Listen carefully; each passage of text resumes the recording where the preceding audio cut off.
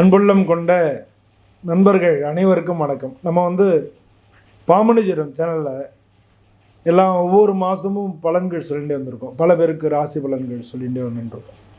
அதில் இந்த ஜூலை மாதம் ஒவ்வொரு ராசிக்கும் எப்படி இருக்குது அப்படின்னு பார்க்க போகிறோம். ஜூலை மாதத்தில் முக்கியமான ஒரு நிகழ்வு வருது. சனி பகவான் வக்ரம் அடைகிறார். இந்த ஜூலை இறுதியில் சனி பகவான் வக்ரம் அடைகிறார். ஜூலை மாதம் 29ஆம் தேதி அன்னைக்கு வக்ரம் அடைகிறார். மற்றபடி இந்த மாதத்தில் உங்களுக்கு புதன் பயிற்சி ஆறுது, செவ்வாய் பயிற்சி ஆறுது.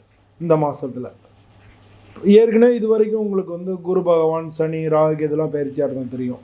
இப்போ இந்த மாதிரி மற்ற கிரகங்கள் பயிற்சி ஆறுது உங்களுக்கு எந்த விதமான விளைவுகளை ஏற்படுத்தும் அப்படின்னு தான் ஒவ்வொரு ராசிக்கும் நான் தனித்தனியாக நம்ம பார்க்க போகிறோம்.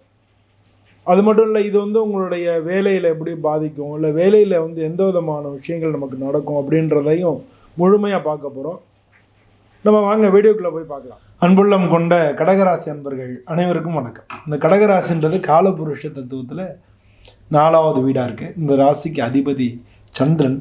இந்த ராசியில் இருக்கக்கூடிய நட்சத்திரங்கள் அப்படின்னா புனர்பூசம் 4ஆம் பாதம், பூசம், ஆயில்யம் இதெல்லாம் இருக்குது. பொதுவாக கடகராசி அதிபதி சந்திரன்றதுனாலே என்னவோ இவங்க எப்பவுமே மனசில் ஏதாச்சும் ஒரு கவலை இருந்துக்கிட்டே இருக்கும் உங்களுக்கு. அது மட்டும் இல்லை, இப்போ தான் உங்களுக்கு அஷ்டமத்து சனி முடிஞ்சிருக்கு. அஷ்டமத்து சனி முடிஞ்சாலும் உங்களுக்கு இடமாற்றம், உத்தியோக மாற்றம் இதெல்லாமே நடந்திருக்கும், இல்லாட்டினா நடக்கும். இப்போ இனிமேல் நடக்கக்கூடிய ஒரு காலகட்டமாக இருக்குது. உங்களுக்கு சனிபவன் 9வது வீட்டில் இருக்கிறனால உங்களுக்கு வெளிநாடு சம்மந்தப்பட்ட விஷயங்களில் லாபங்கள் இருக்கும். இதெல்லாம் உங்களுக்கு ஜென்ரலாக நான் சொல்கிறேன். இந்த ஜூலை மாதம் கடகராசி அன்பர்களுக்கு எப்படி இருக்குது அப்படின்னு பார்க்க போகிறோம். ஸோ இந்த ஜூலை மாதம் கடகராசியில் இருக்கக்கூடிய புதன் அவர் வக்ரம் அடைகிறார். 20ஆம் தேதி அன்னைக்கு, ஜூலை 20ஆம் தேதி வக்ரம் அடைகிறார். உங்களுக்கு 2வது வீட்டில் இருக்கக்கூடிய செவ்வாய் இருக்கு இல்லையா, செவ்வாயும் கேதுவும் அங்கே இருக்குது.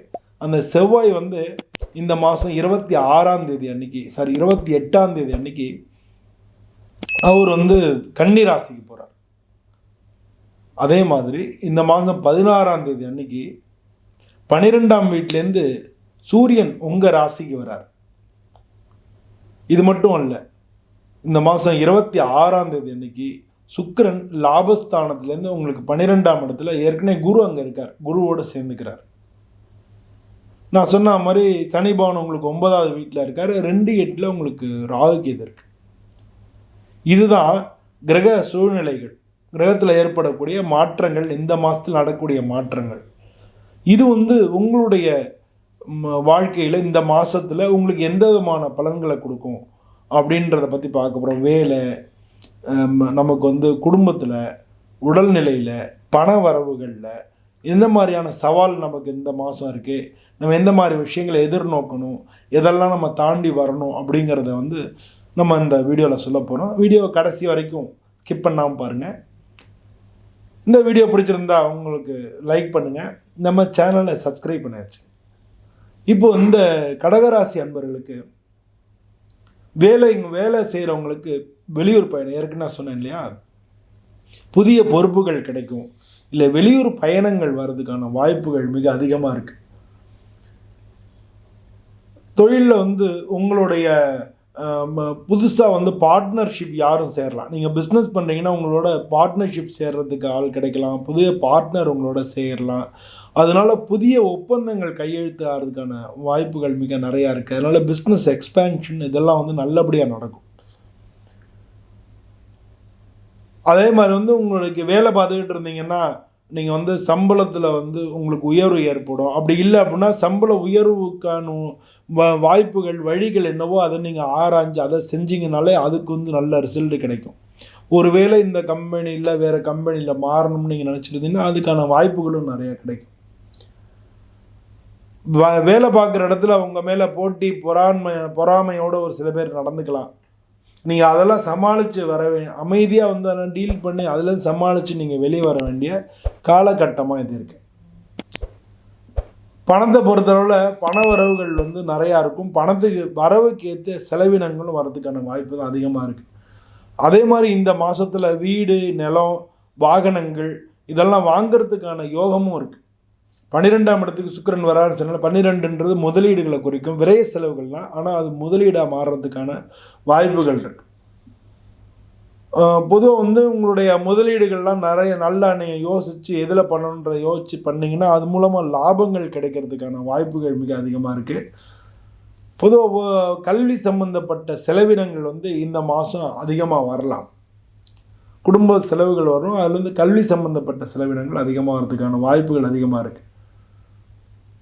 இந்த மாதத்தை பொறுத்தவரை கல்யாணம் ஆகாதவங்களுக்கு கல்யாணம் ஆகிறதுக்கான யோகம் கிடைக்கும், திருமண வாய்ப்புக்கான யோகம் கிடைக்கும். அதனால் வந்து அதுக்கு வேண்டிய முயற்சிகளை நீங்கள் எடுக்கலாம். பொதுவாக வந்து கணவன் மனைவிக்குள்ளே இந்த மாதம் கொஞ்சம் மகிழ்ச்சியான உறவு முறைகள் இருக்கும். ஒருத்தருக்கு ஒருத்தர் வந்து அந்யோன்யமாக இருக்கிறதுக்கான வாய்ப்புகள் அதிகமாக இருக்குது. அதனால் பொதுவாக வந்து உங்களுக்கு எதையுமே நினச்சி கவலைப்படுறது, அது மனசு உடஞ்சி போகாமல் இருக்குன்னு சொல்லுவோம் இல்லையா, அதனால் எதையுமே நினச்சி அதிகமாக கவலைப்படுறது அதெல்லாம் தவிர்த்துக்கணும்.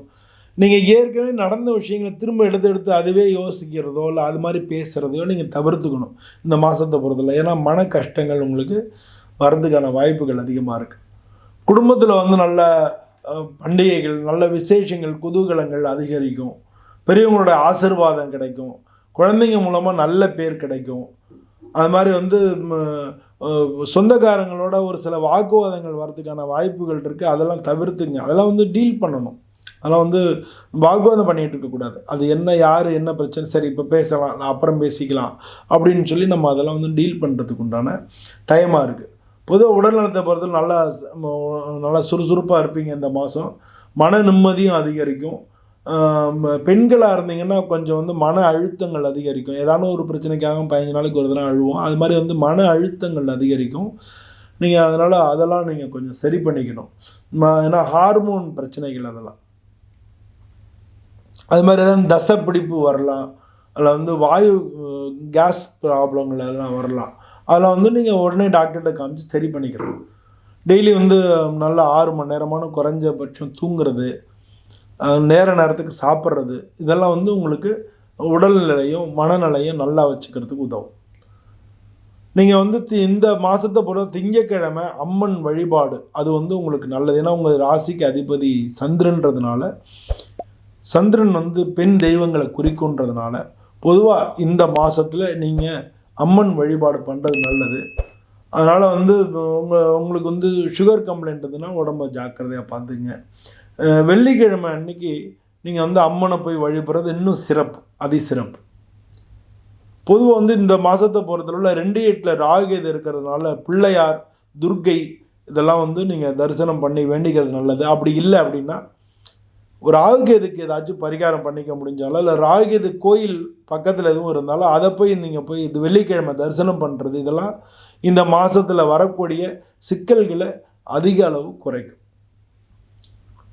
பொதுவாக வந்து இந்த மாதத்தில் உங்களுக்கு எல்லா விதத்துலேயும் நல்லதாக இருக்கும். ஆனால் பேசும்போதோ இல்லை குடும்பத்திலையோ வாக்குவாதங்கள் நடக்காமையோ இல்லை அலுவலகத்தில் வாக்குவாதங்கள்லேருந்து தப்பிக்கிறதுக்கு வேண்டிய வழியை பாருங்கள். எதையுமே நீங்கள் அதிகமாக எடுத்துகிட்டு போகணும். சொன்ன மாதிரி எதையுமே எதிர்கொண்டு தான் வாழ்க்கையை நம்ம முன்னேற்றணும். அப்படி இந்த மாதிரி எண்ணத்தோடு போனீங்கன்னா நல்லது. இல்லை மனக்கவலைகள் படுறதெல்லாம் அவாய்ட் பண்ணியிருக்கோம். அதுக்கு வந்து தியானம், யோகா அது மாதிரிலாம் பண்ணிக்கலாம். மனக்கவலைகள் பண்ணுறதை அவாய்ட் பண்ணிங்க. பொதுவாக இந்த வீடியோ பிடிச்சிருந்தால் நீங்கள் லைக் பண்ணுங்கள், உங்கள் நண்பர்களுக்கெல்லாம் ஷேர் பண்ணுங்கள். நம்ம சேனலில் முக்கியமாக மறக்காமல் சப்ஸ்கிரைப் பண்ணுங்கள். இது மாதிரி இன்னொரு வீடியோ உங்களை சந்திக்கிறேன். நன்றி, வணக்கம்.